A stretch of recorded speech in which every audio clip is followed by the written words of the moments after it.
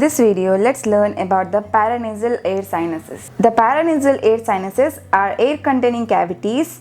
Those are present in the bones around the nasal cavity. The paranasal air sinuses develop as a mucosal diverticula of the main nasal cavity that invades the adjoining bones. So, the paranasal air sinuses are the air-containing cavities. Those are present in the bones around the nasal cavity. The paranasal air sinuses are lined by pseudostratified ciliated columnar epithelium as in the nasal cavity. There are 4 paranasal air sinuses present on each side of the nasal cavity, and they are named after the bones which contain them. So the first one is the frontal air sinuses, which are present in the frontal bone, and the second one are the ethmoid that are present in the ethmoid bone, and the third one is the maxillary, which are present in the maxilla, and the fourth one is the sphenoid that are present in the sphenoid bone. In the side view, you can see the sphenoid air sinuses very clearly. This is the maxillary, that is the largest air sinus, and this is the frontal, and these group of sinuses are the ethmoid. All the paranasal air sinuses are arranged in pairs except for the ethmoid air sinus, which are arranged in 3 groups. That is the anterior, middle and the posterior. Those are present on each side. The orbit is a landmark to appreciate the various locations of the paranasal air sinuses. Let's talk about the paranasal air sinuses in relation to the orbit. So the frontal air sinus lies above the orbit, as you can see it here. It lies above. The maxillary air sinus lie below to the orbit. The ethmoidal air sinus lie medially. In the sphenoidal air sinus, it lies behind the orbit. Coming to the growth of the paranasal sinus during the development, the sinuses shows 2 types of growths. The first growth is around 7 to 8 years, that is during the eruption of teeth, and the second stage of the growth is during the puberty. Now let's talk about the functions of these sinuses. The paranasal air sinuses makes the skull lighter. It adds resonance to your voice. They act as air conditioning chambers by adding the humidity and temperature to the inspired air. And clinically, the sinuses are very important due to the most common problem, that is the sinusitis, that is the infection of the paranasal air sinus, and we will talk in detail about which sinus is included in the common form of the sinusitis.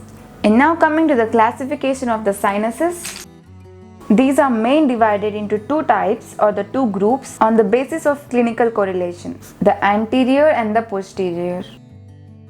The anterior group includes the sinuses which drain into the middle meatus via the frontal, anterior and middle ethmoidal and the maxillary air sinuses.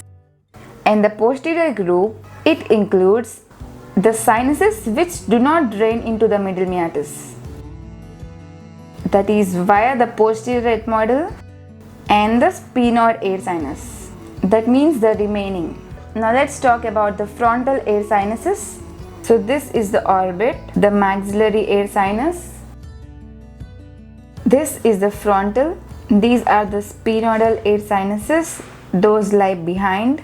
And these are the ethmoidal. This indicates the nasal septum.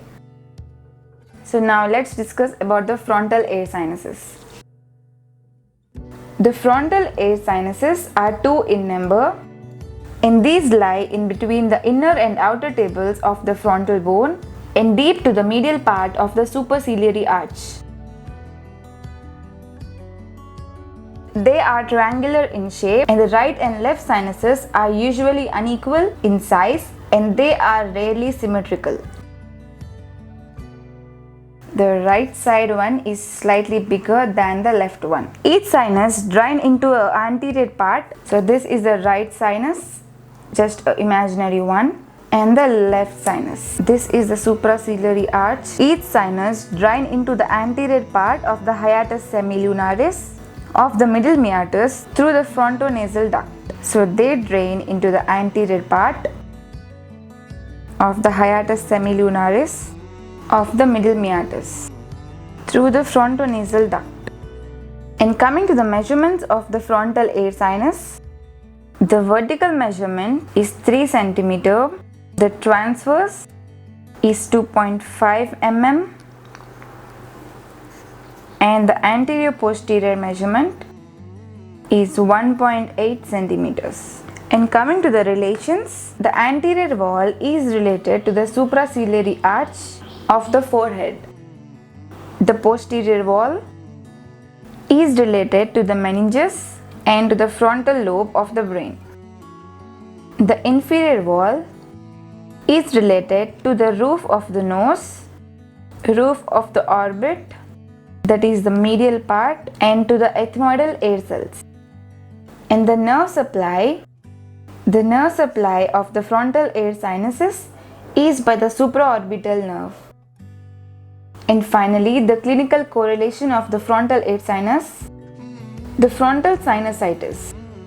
The frontal sinusitis is the infection of the frontal air sinuses, and they may spread posteriorly into the anterior cranial fossa that can cause frontal lobe abscess, or downwards that leads to the orbital cellulitis.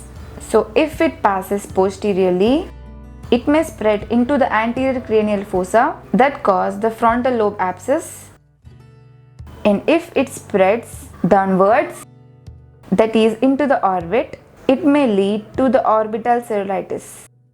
The pain of this frontal sinusitis is usually severe and is localized over the affected sinus that causes the frontal headache. And this frontal headache can start on walking or gradually increases and reaches its peak by about the afternoon of a day, and then it may reduce. This frontal headache is also referred to as the office headache because of its presence during the office hours. So guys, this is all about the frontal air sinus. If you like my video, do subscribe to my channel.